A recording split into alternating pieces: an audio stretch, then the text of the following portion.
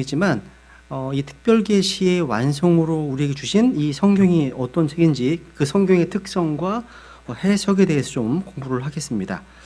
우선 교재를 보시면 첫 번째 보시면 이제 이름과 명칭들 나와 있죠. 성경은 영어 철자로 홀리 바이블입니다. 9글자입니다. 9글자. 성경에서 9라는 숫자는 열매를 뜻합니다. 열매.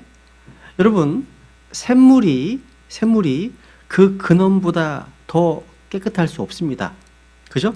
샘물은 그 원천, 근원보다 더 순수할 수 없습니다. 마찬가지입니다. 기독교 역시 성경보다 더 깨끗할 수 없고 순수할 수 없습니다. 기독교 역시 이 성경보다 더 온전할 수 없다는 거죠.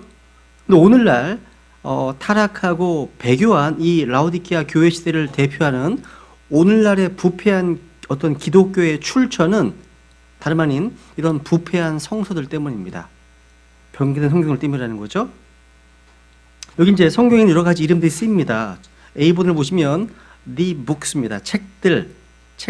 그래서 마가복음 12장에 보시면 이제 모세의 책, 또 누가복음 3장에 보시면 이제 이사야의 말씀들의 책, 또 시의 책, 뭐 대언자들의 책, 이런 표현이 많이 나옵니다. 그래서 바이블이라는 단어, 성경에 대한 용어가 바이블이잖아요. 이 바이블이라는 단어는 사실 이제 그리스어로 이제 비블로스, 또 비블리아, 책들이라는 단어에서 나왔습니다. 근데 그 단어가 이제 성경의 그 거룩한 책들을 언급하게 되었다는 거죠. 그래서 성경은 단지 한 권의 책이 아닌 the book, 유일한 책입니다. 그 책이에요. 거룩한 책이고 주님의 책입니다. 주님의 책, 그죠? 그래서 여러분, 기독교는요, 파괴될 수 없는, 또 파괴시킬 수 없는 한 권의 책이라고 하는 기초 위에 세워져 있는 거예요. 그러니까 깨어질 수 없는 책 위에 세워져 있습니다. 기독교가. 이게 성경입니다. 그래서 기독교는 성경이라고 하는 흔들리지 않는 확고한 반석 위에 세워져 있습니다. 그래서 우리가 공부하게 될 모든 교리, 또 구원받은 성경 신자들이 오늘날 믿고 있는 모든 교리들, 이런 교리의 출발점은 다 성경이에요. 그리고 그 교리 체계는 성경이 하나님의 말씀이라고 하는 그 기초 그 위에 서 있는 겁니다. 그래서 성경은요, 앞으로 전개될 모든 교리의 출처가 되고 근거입니다. 그렇지 않다면 모든 교리 체계는 다 무너지는 거죠. 그래서 종교개혁자들이 그런 구호 하잖아요. 뭐 솔라 스크립투라, 뭐 솔라 피데, 뭐 솔라 그라시아. 솔라 스크립티라가 뭐예요? 오직 성경, 오직 은혜, 오직 믿음, 이런 거 있잖아요. 그죠? 우리 시편 11편 3절, 유명한 말씀이죠. 시편 11편 3절 확인하고 넘어가겠습니다. 시편 11편 3절. 우리에게는 기초가 참 중요합니다. 그죠? 기초가 바르게 세워져 있지 않으면 그 위에 건물을 지을 수가 없죠. 그죠? 우리 신앙도 마찬가지입니다. 기초가 중요해요. 시편 11편 3절에 보면 기초들이 무너지면 의로운 자들이 무엇을 할 수 있으리요. 얘기하네요. 그죠? 기초들이 무너지면 아무것도 할 수 없습니다. 예수님의 처녀 탄생, 성경의 영감과 보존, 또 예수님의 피에 대한 속죄, 단번 속죄, 영원한 속죄, 예수님의 육체적 부활과 승천, 재림, 환란 전 휴거, 전천년 세대주의, 또 지옥 불과 유황, 또 천국, 이런 거에 대해서 기초가 잡혀 있지 않으면 그건 나약할 수밖에 없는 거죠. 그죠? 어쨌거나 이 모든 교리는 이 책에서 나죠. 책. 성경은 그 책입니다. 두 번째 성경의 어떤 이름 명칭 가운데 이제 구약과 신약이 있습니다. 이것은 이제 성경의 올드 테스트먼트, 옛 유언과 뉴 테스트먼트, 새 유언, 이렇게 직역할 수가 있습니다. 구약과 신약. 여러 구절이 있지만 그냥 우선 고린도 후서를 볼까요? 고린도 후서 3장. 우리 고린도 후서 3장 6절. 고린도 후서 3장 6절.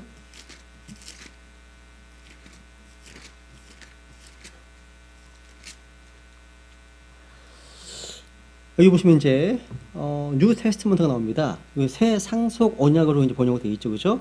6절. 그분께서 또한 우리를 새 상속 언약의 유능한 사역자로 삼으시되 글자의 사역자가 아닌 영의 사역자로 삼으셨나니 글자는 죽이되 영은 생명을 주느니라 되어 있습니다. 여기 새 상속 언약이라고 되어 있습니다.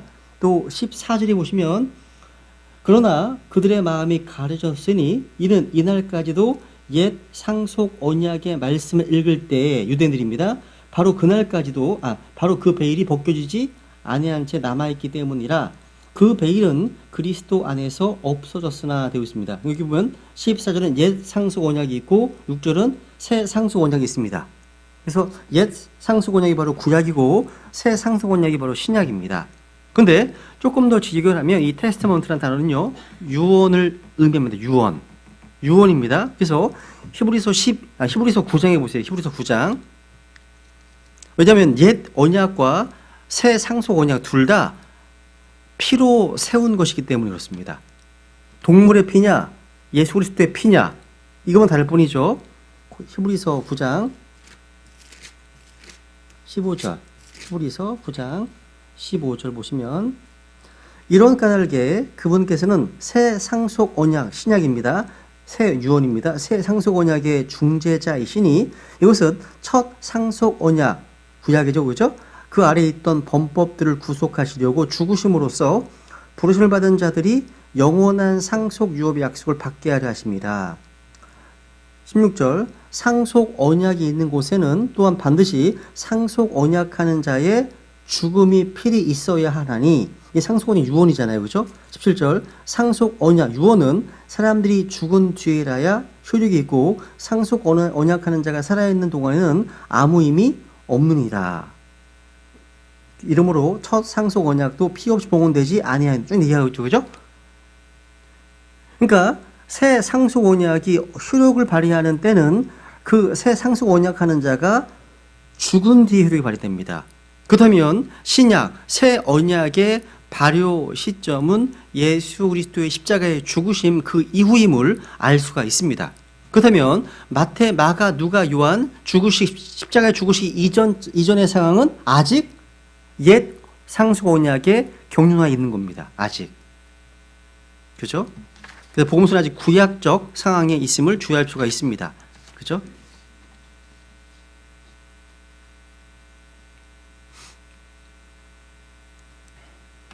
그래서 이 테스트먼트라는 단어가 이제 유언을 의미한다는 거 기억하시면 좋겠고요. 어쨌거나 이 옛 언약과 새 언약 둘 다 피로 세운 겁니다. 그죠? 피로 세운 거예요. C번 보시면, C번 보시면요. 성경의 명칭 C번 보시면 이제 성경 기록, 또 성경 기록이라는 표현이 있습니다. 그죠? 요한복음 5장 39절로 나와 있고, 디모데후서 하나 보고 넘어가죠. 뭐 유명한 구절이니까. 디모데후서 3장 15, 16절 보세요. 디모데후서 3장 15, 16절.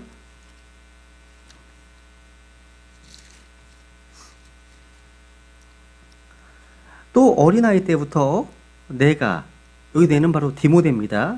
어린아이 때부터 내가 거룩한 성경 기록들을 알았나니, 이 바이블이 바로 스크립처, 거룩한 성경 기록들을 알았나니 그것들은 능히 너를 지혜롭게 하여 그리스도 예수님 안에 있는 믿음을 통해 구원에 이르게 하느니라.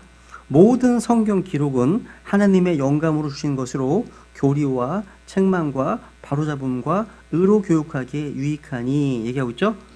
성경 기록입니다. 그죠? 야, 모든 성경 기록은 하나님의 영감으로 주어졌다 말씀하시죠. 그죠? 오늘날 이제 보수적인 성경학자들은 영감 얘기를 하면 항상 최초의 원본에만 한정시킵니다. 그거는 에러입니다. 잘못입니다. 여기서 얘기하는 모든 성경 기록은 뭡니까? 히브리어를 번역한 그리스어 구약 성경입니다. 즉 원본만이 아닌 번역된 번역본도 하나님의 영감으로 주어졌음을 우리에게 보여주고 있습니다. 그죠? 그러니까 디모데가 어려서부터 본 성경이 성경 기록으로 말씀하시잖아요. 그죠? 문맥에서 말씀하고 있잖아요. 그죠? 다니엘서 10장 21절에 보시면 거기 보면 또 진리의 성경 기록이란 말 나옵니다. 진리의 성경 기록 표현이 있습니다. 그죠? 오늘날 오류의 성경들이 얼마나 많습니까? 진리의 성경 기록은 킹제임스 성경밖에 없습니다. 그죠? 그래서 이 스크립처라는 단어, 이 단어는요, 이제 그리스어그라페 투 라이트, 기록하는 겁니다. 이 단어를 번역한 거예요. 성경 기록은 바로 거룩한 기록들입니다. 네 번째, 이 성경은 또 하나님의 말씀, 이것도 아주 일반적으로 불려지고 있습니다. 하나님 말씀. 그래서 히브리서 이제 4장에 보면요, 하나님의 말씀은 살아있다 말씀하시죠. 또 신명기 8장 3절에 보시면 사람이 빵으로만 살지 아니하고 주의 입에서 나오는 모든 말씀으로 사는 줄을 내가 알게 하려 하십니다. 그러니까 주님의 입에서 나오는 모든 말씀으로 삽니다. 우리는요. 그죠? 여러분, 영적 기근은요, 식량, 음식의 어떤 그런 기근보다 훨씬 더 치명적입니다. 심각한 거예요. 그죠? 여러분, 말씀은요, 살아있습니다. 말씀이 살아있다는 것은요, 그 말씀이 생명을 주고 생명을 낳고 생명을 자라게 하기 때문이에요. 생명이 있다는 거예요. 이 하나님의 말씀은 또 파워풀, 권능이 있습니다. 권능이 있어요. 하나님의 말씀에는 힘이 있어요. 파워가 있다는 거죠. 제 말에는 힘이 없어요. 하지만 하나님의 그 말씀에는 힘이 있고 권능이 있고 권위가 있습니다. 주께서는 하나님의 말씀으로 모든 것을 창조하셨고 이 말씀의 권능으로 모든 것을 upholding, 떠받치고 계십니다. 붙드시고 계시다는 거예요. 그런데 이사야서 55장에 보시면 이 주님의 입에서 나온 이 하나님의 말씀은 결코 헛되이 돌아오지 않는다고 말씀하십니다. 그러니까 말씀하신 대로 다 이루어지는 거예요. 이것이 말씀의 권능이에요. 말씀대로 이루어지는 거예요. 엊그저께인가요? 그 유엔 사무총장 그 이름이 뭐죠? 쿠테스인가? 그죠? 유엔 사무총장이 아주 의미심장한 발언 하나 했죠. 이 코로나 바이러스 이 사태를 대응하려면 전주 국가적으로 이제 대응을 하고 이제 회복 복구를 해야 되는데 그러려면 세금을 다 거둬야 된대요. 나라들마다 다. 8조 7억 달러 정도를 모아야 된다네요. 세금을. 이 순간 좀 약간 소름이 끼쳤습니다. 무슨 얘기냐면 주님께서 초림하셨을 때 적그리스도를 대표했던 이 카우스 아우구스투스가 온 세상에 세금을 걷었거든요. 기억나세요? 누가복음 2장에 보면? 그리고 다니엘서 제 기억상으로 애매모호한 다니엘 10장에 보시면요. 적그리스도가요. 텍스 레이저입니다. 그러니까 세금을 막 거두는 자로 나오거든요. 근데 이게 글로벌 텍스를 매긴다고 하니까 순간 저는 이게 뭐야 얘? 순간. 그래서 이 코로나 바이러스 이 사태 때문에 글로벌 시스템이 재편되기도 하고 새로운 어떤 적그리스도 어떤 세계 질서가 구축되어 가고 있는 거구나 이게. 이제 그 사람들이 원하는 영웅만 등장하면 되는 거구나. 영웅만. 신비의 그 적그리스도가 등장하면 되는 거구나. 야, 그래서 요즘 뭐 별 얘기 많아요. 이게 그러니까 이게 빌 게이츠가 그런 말 했잖아요. 이게 백신 예방이 접종이 백신이 나오면 백신과 마이크로칩을 같이 함께 몸 안에 주입을 해서 통제해야 된다. 여러분 코로나 바이러스의 확진자가 되면 그 사람의 동선이 다 이제 공개가 되죠. 동선이 그 사람이 핸드폰 가지고 하는 거거든요. 근데 스마트폰을 놓고 오거나 스마트폰을 두고 오거나 그러면 이게 확인이 안 돼요. 그러니까 국가 트래킹 시스템이 필요하대요. 빌 게이츠 말에 의하면 내셔널 트래킹 시스템이 필요하다는데 그러기 위해서는 마이크로칩을 삽입해야 된다. 백신과 더불어서. 이런 것들을 이제 주일날 이제 성경 생각보기 이제 얘기할 때 말씀드리거든요. 근데 이런 거 들어오면 야, 성경과 세상이 지금 무관하지 않구나. 하나님의 말씀이 기록된 대로 지금 이루어지고 있구나. 경험할 수 있습니다. 이게 말씀의 권능입니다. 그렇죠? 또 이 말씀은요. 양날 달린 어떤 검보다도 더 예리합니다. 샤퍼. 예리합니다. 하나님의 말씀은 또 성령의 검이에요. 검입니다. 그죠? 여러분, 사람의 입에서는 호흡과 말이 나오잖아요. 호흡과 말이 나가는 거죠. 말하면서 호흡이 나가는 거예요, 지금. 근데 주님의 입에서 나오는 호흡과 말씀은요, 양날 달린 날카로운 검으로 누구든지 벨 수 있고 뭐든지 자를 수 있습니다. 그래서 여러분, 요한계시록 19장에 보세요. 요한계시록 19장에 보시면 재림때의 모습이죠. 한번 요한계시록 19장. 요한계시록 19장 이제 하늘이 열려서 주님께서 재림하십니다. 흰말 타고 재림하시죠, 그죠? 근데 재림을 나서 이제 아마겟돈 전쟁에서 이제 완전히 이 세상의 이역군들을 무찌르시잖아요, 그죠? 근데 여기 15절에 보면 그분의 입에서 예리한 검이 나오는데 그분께서 그 검으로 민족들을 치시고 또 철장으로 그들을 다스리시리라 말씀하시네요. 그분의 입에서 예리한 검이 나온다 하시네요. 그러니까 주님의 입에서 나오는 그 예리한 검으로 죽게 될 자들이 얼마나 많은지 모릅니다.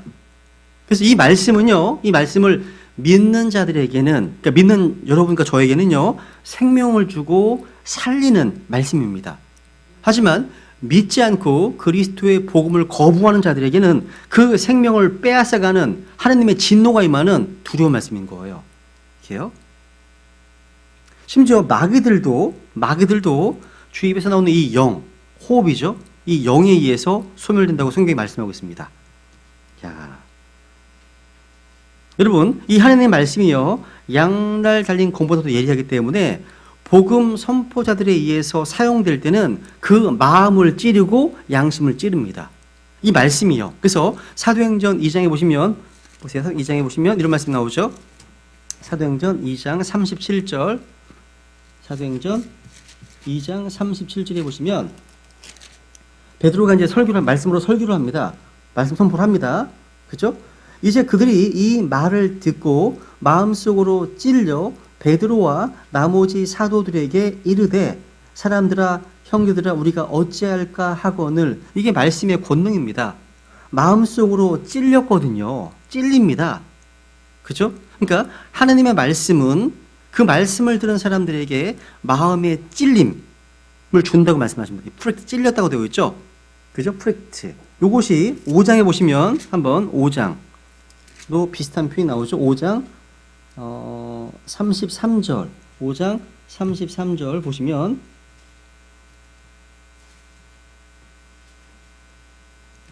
베드로가 또 말씀을 증언했죠. 그죠? 33절에 보시면 그들이 그 말을 듣고 마음이 어떻게 됐습니까? 상했답니다. 이게 마음이 잘려진 거예요. 괴로운 거죠. 상하여 그들을 죽이려고 의논하더라 되어 있습니다. 자, 그러니까 믿지 않는 유대인들은요, 이 말씀을 들었을 때 말씀의 검이 자신들의 마음에 찔리고 잘렸다는 거죠.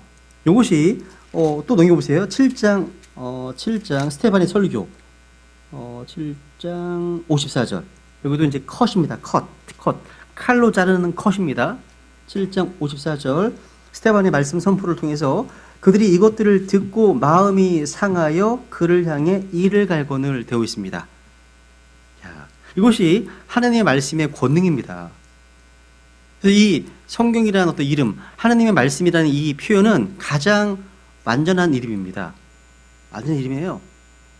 이것은 우리로 하여금 이 성경이 하나님의 책이구나, 주님의 책임을 우리가 알게 해주는 겁니다. 그래서 거기다 적어놓으세요. 이사야서 34장 16절 17절에 보시면 여기 보면 이제 주님의 책이라는 표현합니다. 주님의 책.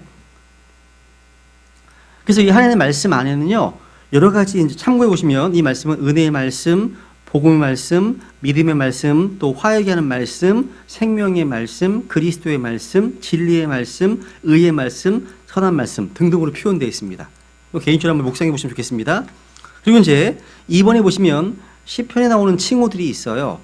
그래서 지난번에 특별히 말씀드릴 때 하나님의 말씀에 대해 여러 가지 표현들을 하잖아요. 주의 율법, 주의 증언, 주의 규례, 또 주의 법규, 주의 명령, 주의 판단 등등 많이 나오거든요. 이런 표현도 있다는 거 그냥 기억했으면 좋겠습니다. 두 번째는 이제 그 내용들. 성경은요, 구약 성경 39권, 신약 성경 27권에서 66권의 책으로 구성되어 있습니다. 성막신 공부했죠? 보여주는 빵에서 6개의 빵이 2개씩 놓여져 있죠. 그죠? 66을 상징합니다. 생명의 빵. 그죠? 저희 집에요, 미국의 어떤 이제 성경 신자가 쓴 책인데 제목이 그거예요. 만약 내가 하나님께 전화할 수 있다면, 이런 책이 있어요. 책자인데 흥미로워서 제가 구입했거든요. 근데 그 책은 66권의 어떤 책을 통해서 하나님께 전화할 수 있다, 대화할 수 있다는 내용이 그런 내용의 책입니다. 아주 경건 서적이에요, 그냥. 그래서 우리 보통 하나님의 전화번호가 뭐냐 할 때 66국에 3927 이렇게 표현합니다. 보통 목사님들이요 전화번호 뒷자리가 3927이 많아요. 그리고 목사님 비밀번호 397 많아요. 그래서 한번 해보세요.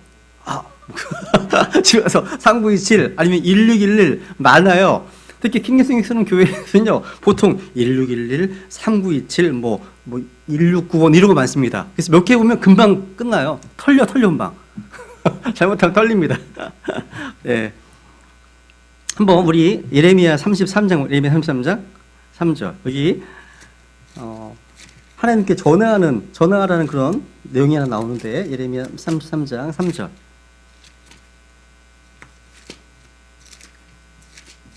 예레미야 33장 3절. 나를 부르라 그리하면 내가 내게 응답하고 내가 알지 못하는 크고 능력 있는 일들을 내게 보이리라. 나를 부르라. Call unto me. 주님께 전화하라는 얘기 한마디로 쉽게 얘기하면 전화하는 거예요. 전화하면 하나님께서 항상 응답하시겠대요. 무슨 얘기예요? 하나님과 대화, 하나님과 교제하고 하나님과 통화하는 것은요 어떤 통화 중이 없어요. 막힘이 없다는 거죠. 그죠? 전화국 사정으로 바뀌는 경우도 없습니다. 그죠? 이 하나님과 대화하는 거 언제나 개방되어 있습니다. 여러분 사복음서 읽다 보면 우리가 복음서 읽다 보면 주님의 어떤 사역들, 주님이 말씀하신 것, 기적들을 보면서 이제 한번 따라가 보잖아요. 읽으시면서 내가 거기에 있는 군중들처럼 같이 동화돼서 읽어 나가잖아요. 근데 우리 주님께서는요 언제든지 밤이든지 낮이든지 저녁이든지 또 누가 가다 하더라 상관없이 누구든지 주님께 접근할 수 있었습니다. 다 막히지 않았습니다. 누군가를 또 선별하지 않으셨습니다. 그러니까 항상 주님은 둥근둥근 분이셨어요. 누구나 다가올 수 있는 그런 분이셨다는 거죠. 뾰족뾰족한 분이 아니에요. 이 사람한테 가면 이런 게 아니라는 거죠. 그죠?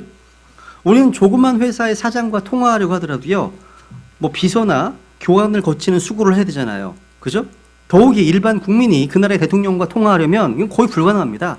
근데 왕들의 왕이시고 주들의 주이신 이 우주 만물의 창조자, 그 CEO이신 하나님과는요. 우리가 말씀을 펴서 눈을 감고 기도만 하면 언제나 통화할 수가 있습니다. 그죠? 요즘 정치 지금 선거철이잖아요. 다 자기 찍고 들어가 막 선전하잖아요. 여러분 마음속에 나의 왕, 나의 하나님이시잖아요. 그죠? 그래서 하나님을 우리가 표현한다면 어떻게 할까? 이분은 만물의 창조자. 양력을 쓸 수 있을 거 아니에요. 엄청 어마어마하게. 그죠? 그죠? 비교할 수가 없습니다. 그죠? 그래서 우리가 성경을 펼치면 하나님과 바로 연결될 수가 있죠. 그죠? 하나님의 약속입니다. 하나님과 대화하려면 여러분 다른 모든 것으로부터 조금 조용하게 스탠드 스틸, 가만히 서서 주님을 바라보는 시간이 필요합니다. 너 분주하면 안 돼요. 스마트폰 다 한쪽에 놓고, 그죠?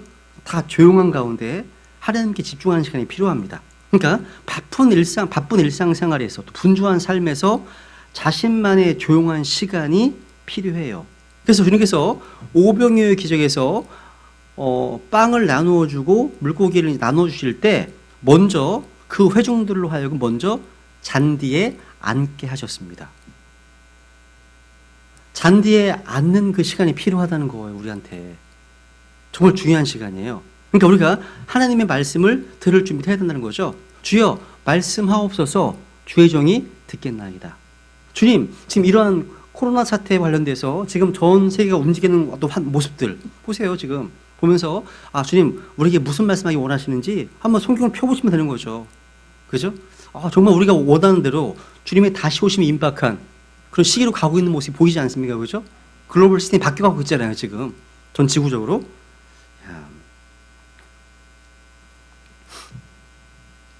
그다음에 이제 비번 보시면 성경은 한 권의 책입니다. 그죠? 한 권의 책이죠. 이 성경은 한 하나님을 증언합니다. 성경 어디를 보더라도 하나님을 보게 됩니다. 그죠? 그리고 이 성경은 하나의 스토리를 구성합니다. 왜? 미리 기록된 역사책이니까.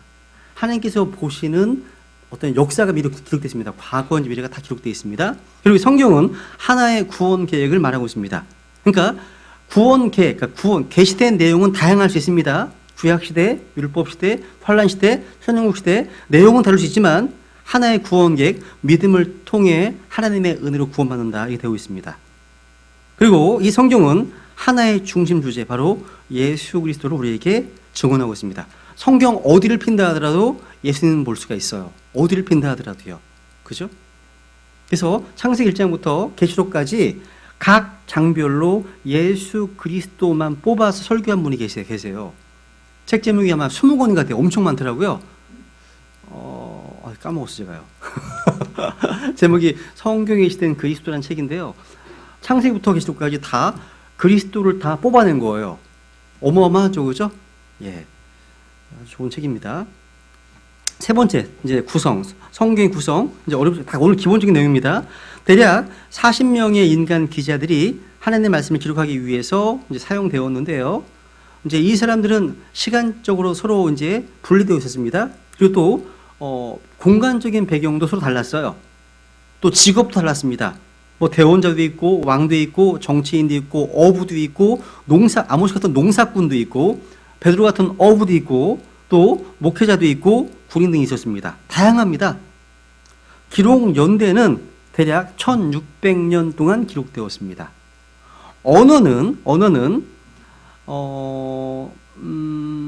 구약은 히브리어로 또 신약은 그 당시에 어떤 코인의 헬라어, 이제 일반적인 언어죠, 그죠? 기록되었습니다. 다만 다니엘서와 에스라서 일부는 이제 아람어, 갈대아로 불리는 아람어, 시리아로 기록되었습니다.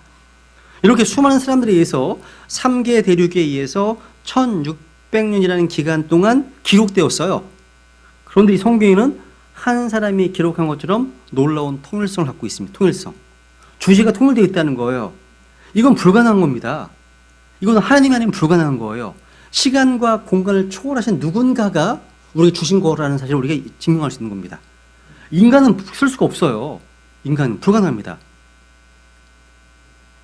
그래서 여러분, 빌리 선데이라는 하나님의 사람이요, 이 성경 관련해서 이런 말을 했습니다. 좀 읽어드려볼게요.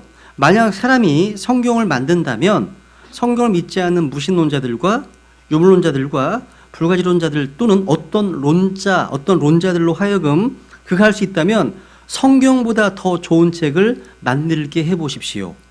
모든 시대에 모든 민족들에 있는 모든 도서관으로 가서 모든 책들로부터 좋고 선하고 귀하고 또 순수하고 영감을 불러일으키는 분들 다 모아보십시오. 가서 지질학, 식물학, 천문학, 과학 분야에서 모아보십시오. 그리고 그 결과들을 한 권의 책으로 만드십시오. 내가 여러분에게 도전하건대 당신은 세상 모든 시대의 모든 책들로부터 가장 좋은 것을 취한다 할지라도 성경 그 근처에도 가지 못할 것입니다. 맞는 얘기예요, 여러분. 맞는 얘기예요. 여러분, 아브라함 링컨의 어떤 그런 생애도 마찬가지입니다. 링컨 아시잖아요, 그죠? 1809년 미국 켄터키주 하나 가난한 농부의 아들로 태어났습니다. 집은 가난했습니다. 학교도 너무 멀었어요. 그래서 이 아이는 정규 교육을 받을 수가 없었습니다. 그래서 이제 링컨의 어머니는요, 아이를 붙잡고 기도하면서 성경을 가르쳤습니다. 어머니가요. 근데 그것도 오래 가지 못했습니다. 링컨이 9살 되던 어느 날 이 어머니가 불치병으로 죽게 되었습니다. 그리고 어머니가 마지막으로요, 링컨의 손을 이제 꼭 쥐면서 이렇게 말했습니다. 아들아, 나는 너에게 내가 간직하고 있던 이 성경 한 권 외에는 아무것도 물려줄 것이 없구나. 근데 이 성경은 인생을 바로 살게 하는 하나님의 말씀들이 가득 들어있으니까 소중히 여기고 열심히 읽거라. 이렇게 유언을 했습니다. 이 아이는요, 링컨은요, 아주 외롭고 고달픈 생활을 많이 했습니다. 그러면서도 늘 어머니의 말씀을 잊지 않았습니다. 처음에 농사일도 하고 조선업, 제분업, 자파상, 촌락의 우편 배달부 등을 전전하면서 법률을 혼자 공부했다는 거예요. 그러면서 어디를 가나 성경을 열심히 읽었어요. 그것을 삶의 지표로 삼았습니다. 그리고 링컨은요, 그 당시에 가난하고 정규 졸업장이 없다고 하더라도 비굴해지지 않았습니다. 낙심하지도 않았습니다. 그러다가 온갖 고난 풍파를 거친 후에 이제 변호사가 되었고 이제 또 상원 의원으로 당선되었고, 그리고 미국의 16 대통령으로 이제 당선되었습니다. 자, 이것은 어머니가 물려주신 성경과 그 속에 계시된 하나님을 신뢰하기 때문에 해냈던 겁니다. 자, 그러니까 성경 한 권으로 충분한 거죠. 성경의 충족성 충분한 겁니다. 링컨 아주 훌륭한 사람입니다. 구원받은 또 그리스도인이고요. 그리고 또 구주를 보시고 이제 네 번째 구주를 보시면 구약은 세 가지 부분 나뉘어집니다. 한번 볼게요. 누가복음 24장 44절. 누가복음 24장 44절.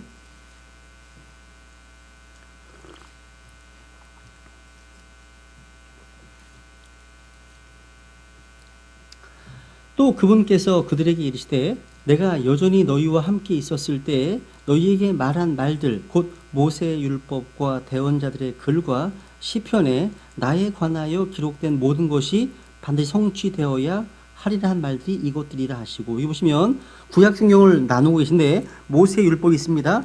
이걸 토라라고 하죠. 모세오경이 있습니다. 그리고 대언자들의 글, 이걸 이제 네빔 히브리어 네빔이라고 하는데, 여기는 바벨론 포로 이전의 대원서가 있고 바벨론 포로 이후의 대원서로 나뉘어집니다. 그 다음에 이제 또 시편, 시가서가 있습니다. 케투빔이라고 하는데, 케투빔, 여기는 역대기부터 아가서까지. 그래서 율법서, 역사서, 뭐 지혜서, 예언서 이렇게 구분하는 겁니다. 그죠? 어렵지 않습니다. 그리고 이제 구약 끝에서부터 예수님의 탄생까지, 마태복음까지 약 400년간의 침묵의 시기가 있었습니다. 침묵의 시기라고 해요. 근데 신약도 복음서가 있고 역사서, 사도행전이 있고 서신서가 있고 예언서, 계시록이 있죠. 그죠? 다 이런 구조로 되어 있다는 거 어렵지 않습니다. 다섯 번째 성경의 상징들. 우선 수많은 상징들이 성경을 묘사하기 위해 사용되었습니다. 그죠? 어렵지 않습니다. 간단히 하고 넘어갈게요. 우선 야고보서 1장을 볼게요. 거울. 야고보서 1장. 성경의 상징들을 하고 한 시간 치죠. 야고보서 1장. 야고보서 1장. 이 성경의 상징들 이 부분은 성경 공부를 처음 시작할 때 많이 이제 사역자들이 강의하는 주제인데요.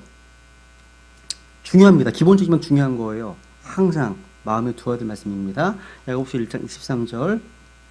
누구든지 말씀을 듣고 행하지 아니하는 자는 거울로 자기의 본래 얼굴을 들여다보는 사람과 같으니라. 그는 자기를 바라보고 자기의 길로 가서 자기가 어떤 사람인지 즉시 잊어버리거니와 누구든지 자유롭게 하는 완전한 법을 들여다보며 그 안에 거하는 자는 듣고 잊어버리는 자가 아니요 그 일을 행하는 자니 이 사람은 자기가 행하는 일에서 복을 받으리라 되어 있습니다. 여기 말씀을 이제 거울로 이렇게 또 비유하고 있습니다. 거울은 자기의 모습을 보여줍니다. 그죠? 거울은 거짓말하지 않습니다. 말씀 성경도 거짓말하지 않죠? 그죠? 거울은 우리의 모습을 있는 그대로 보여주고 있기 때문에 거울을 탓할 수가 없습니다. 마찬가지로 우리는 성경을 탓할 수가 없습니다. 거울 속에는 우리 다른 누군가가 아닌 누가 보이는 거예요? 자신이 보이는 거, 자신을 보게 되는 겁니다. 그죠? 성경도 마찬가지예요. 성경이 거울이라면 부패한 성경, 잘못된 성경은 마치 깨진 거울처럼 뭔가 잘못된 이미지를 보여줍니다. 부패한 성경들이 바로 우리와 예수 그리스도의 이미지, 그 형상들을 잘못 전달하고 있기 때문입니다. 우리가 뭔가 자신을 잘 꾸미고 단장하려면 거울에 가까이 가서 봐야 되잖아요. 그죠? 마찬가지입니다. 영적인 단장하기 위해서는 성경을 가까이 해야 됩니다. 자신을 꾸미는 세수하고 면도하고 머리 감고 입 닦고 등등 하루를 시작해야 할 때 우리가 하잖아요. 마찬가지입니다. 성경도 거울이기 때문에 성경 읽기로 하루를 시작하는 게 가장 아름다운 겁니다. 그래도 어두운 곳에서는 거울을 볼 수 없어요. 성경도요. 성령님께서 빛을 주시지 않으시면 볼 수가 없습니다. 그죠? 거울은 우리의 모습을 그대로 보여줍니다. 나를 살펴보기 위해서 나의 모습을. 그죠? 두 번째, 성경은 또 씨앗입니다. 씨앗입니다. 그래서 베드로전서 1장에 보면 뭐 읽고 넘어갈게요. 행동해 보세요. 베드로서 1장 23절 보시면 너희가 다시 태어난 것은 썩을 씨에서 난 것이 아니요 썩지 아니할 씨에서 난 것이니 살아있고 영원히 거하는 하나님의 말씀으로 된 것이니라. 하나님의 말씀은 씨앗과 같습니다. 우리를 다시 태어나게 합니다. 근데 그 태어나게 하는 그 씨앗은 썩을 씨에서 난 것이 아닙니다. 그러니까 부패한 씨에서는 다시 태어날 수 없습니다. 이게 무슨 말입니까? 그러면 부패한 성경들, 개혁 성경을 구원받지 못한단 말입니까? 그리고 거기서 어떻게 구원받습니까? 그런 부패한 성경들 속에 있는 썩지 않은 씨앗들 때문에 거듭나는 거예요. 그렇죠? 부패하지 않은 씨앗. 그러니까 씨앗의 중요성이 정말 중요하죠. 그러니까 씨앗의 질, 그 차이가 수확물의 양을 결정합니다. 그러니까 좋은 씨에서 좋은 작물이 나는 거예요. 땅도 되게 중요하지만 그렇다면 우리는 되게 유리한 거죠. 우리 좋은 씨앗이 있잖아요. 좋은 씨앗이. 그죠? 그다음에 이제 이 성경은 또 등불로 뭐 우리를 조명하는 권능이 있다고 말씀하는데 우선 시편 119편 105절에 보시면 보세요. 시편 119편 105절 130절 두 구절 볼게요. 시편 119편 105절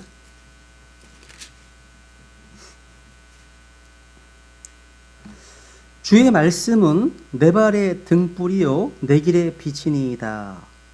항상 이 말씀 곰곰이 생각해 보세요. 여러분 운전하시다가 밤 운전하시다가 불을 탁 꺼버리세요. 암흑도가 될 거 아니에요. 좀 놀랄 거 아니에요. 옆에 성경을 안 읽는 누군가 있다가 하면 그 사람 태우고 다니세요. 불 끈 채로. 이게 바로 당신의 삶이야. 하면서 이 어두운 세상에서 말씀을 안 보면 이런 모습이라니까요. 캄캄한 데 가서 빛을 끄는 운전 똑같은 거라니까요. 그죠? 그 말씀이 내 발의 등불입니다. 내 길의 빛이니이다. 그죠? 그래서 여기 또 130절에 보시면 130절 주의 말씀들이 들어오면 빛을 주며 이 빛이 단순한 자에게 명철을 주나이다. 주의 말씀들이 마음속에 차곡차곡 쌓아놓고 또 채워지면 그만큼 더 조명과 빛으로 풍성한 겁니다. 그러니까 이 성경은요 빛입니다.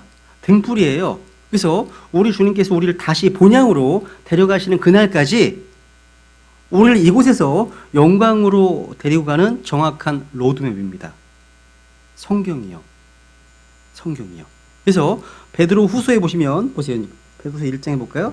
우리가 지금 이 시대에 예수 그리스도의 임박한 재림을 우리가 소망하는 이 시대에 우리가 뭘 해야 되느냐? 불안할 필요 없습니다. 뭐 두려워할 필요가 없습니다. 막 금 사모 요즘 보니까 일반 사람들이 막 금 사모고 달러 사모고 은 사모고 많더라고요. 주변에 있어 많아요. 우리는 은과 금은 내게 없거니와 나사렛 주 예수 그리스도 이름만 있으면 되는 거 아닙니까? 그죠? 근데 그 사람들은 이해는 가요. 왜? 하도 우리나라 경제가 이게 말이 아니니까 전 세계가 경제 말이 아니니까 뭔가 준비를 하는 건데 뭐 나쁘다고만 보지는 않습니다. 저는요. 그러나 베드로서 1장에 보시면 베드로서 1장 19절에 보시면 또한 우리에게는 더 확실한 대원의 말씀이 있으니 성경이죠. 날이 새어 지금 날이 새어가고 있어요. 날이 새어 샛별이 너희 마음속에 떠오를 때까지 예수 그리스도 다시 오심이죠. 그죠? 그때까지 너희가 어두운 곳에서 비치는 빛을 대하듯 이 말씀에 주의를 기울이는 것이 잘하는 것입니다. 다른 무엇보다도 이 어두운 이 세상에서 뭘 해야 됩니까? 우리가 다 어두우면 어둘수록 이 말씀에 주의를 기울이라. 이게 잘하는 거다 말씀하십니다. 하나님 앞에 잘한다. 신실한 종아, 칭찬받기 위해서 해야 될 가장 중요한 사역 이겁니다. 말씀에 주의를 기울이는 겁니다. 기울이는 거예요.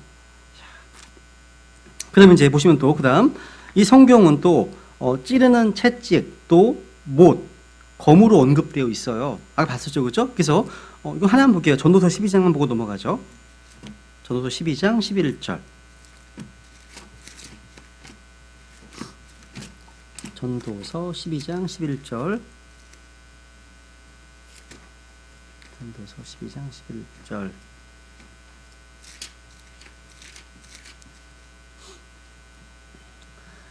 지혜로운 자들의 말씀들은 가시채들 같고 지폐의 스승들이 굳게 박은 못들 같나니 이것들은 한 목자께서 주신 것이니라. 야, 채찍, 가시, 못, 검 다 성경을 상징합니다.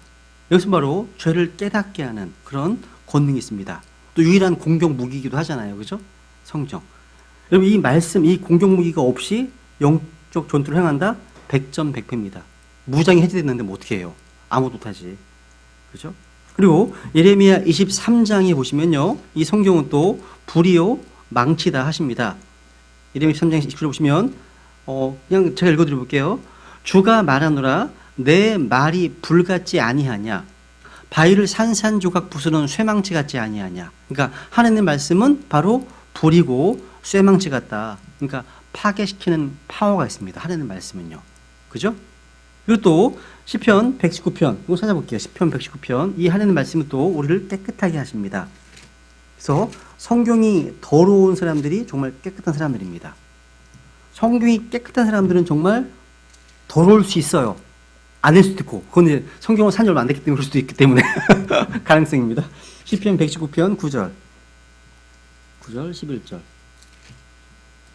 이 성경 보세요. 이거 김영경 목사님 성경책이시거든요. 이게 더럽잖아요. 막 이게 성경이 그죠?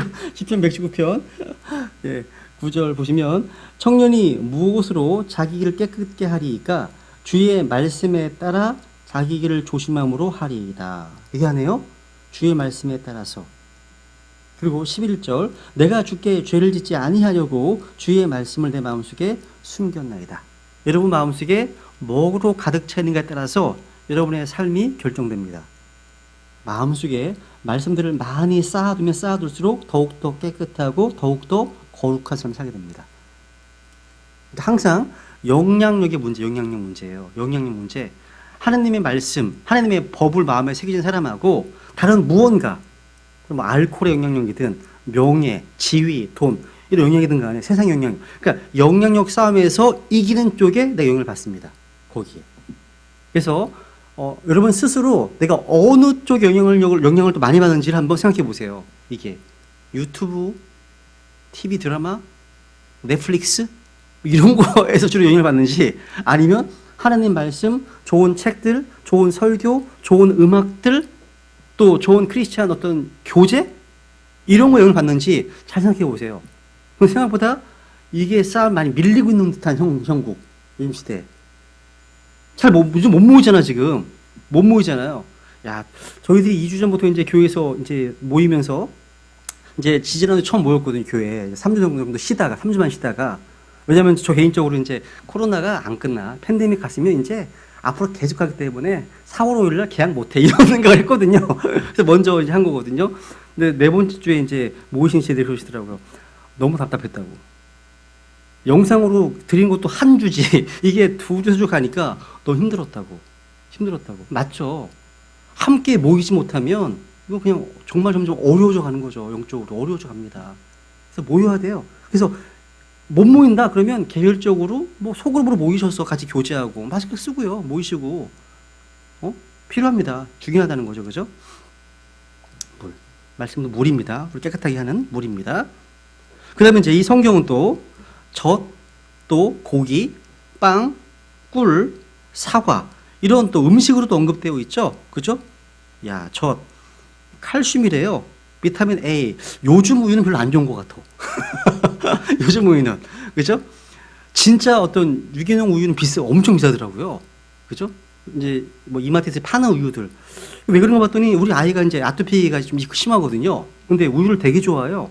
근데 우유를 많이 먹는데도 불구하고 아토피가 더 심해지는 것 같은?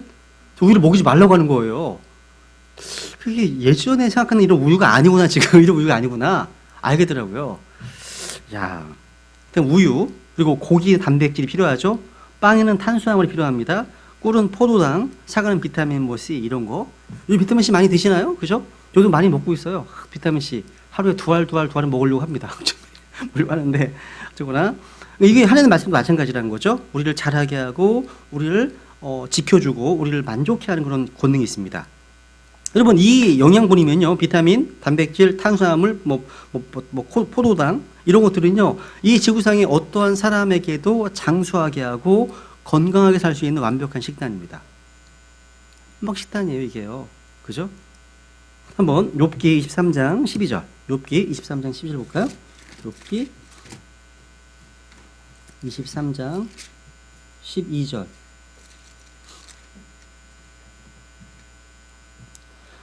내가 그분의 입술의 명령에서 돌이키지 아니하고 내게 필요한 음식보다 그분의 입의 말씀들을 더 귀히 여겼도다 되어 있네요.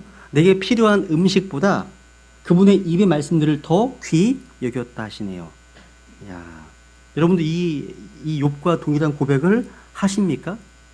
그죠? 내가 필요한 음식은 꼭 찾아 드시잖아요. 그죠? 야, 여러분 이 성경을 우리에게 주신 분 하나님은요, 우리 인간을 창조하신 분이십니다. 그분은 인류 역사를 통해서 인간이 겪는 모든 문제와 고난과 어려움을 다 알고 계시기 때문에 우리 인간이 서바이벌 해나가는 데, 생존하는 데 있어서 필요한 게 무엇인지 다 알고 계십니다.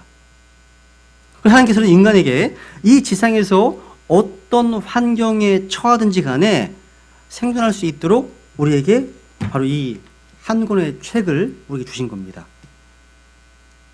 이 책만 있으면, 그러니까 인간이 여러분 무기가 있고 도구가 있고 불이 있고 물이 있고 음식과 빛이 있다면 북극에서도 또 사하라 사막에서도 살아남을 수 있습니다. 근데 성경이 그런 모습이 그런 거라잖아요. 지금 다 알게 들었잖아요, 그죠? 이거보다도 완벽한 완전무장이 있겠습니까? 근데 이 성경을 빼놔, 성경을 안 봐, 완전 무장 해제예요. 이건 뭐 보나마나 뻔한 겁니다. 100점 100패입니다. 이거는요. 그래서 우리가 하나님의 말씀을 읽고 믿는다면 평생을 살아가는 데 있어서 필요한 모든 장비가 이 책 한 권에 다 들어있다는 사실을 깨닫게 됩니다.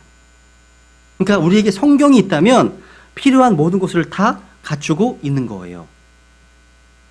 여러분 조지 밀러 아시죠? 그죠? 그죠? 조지 밀러?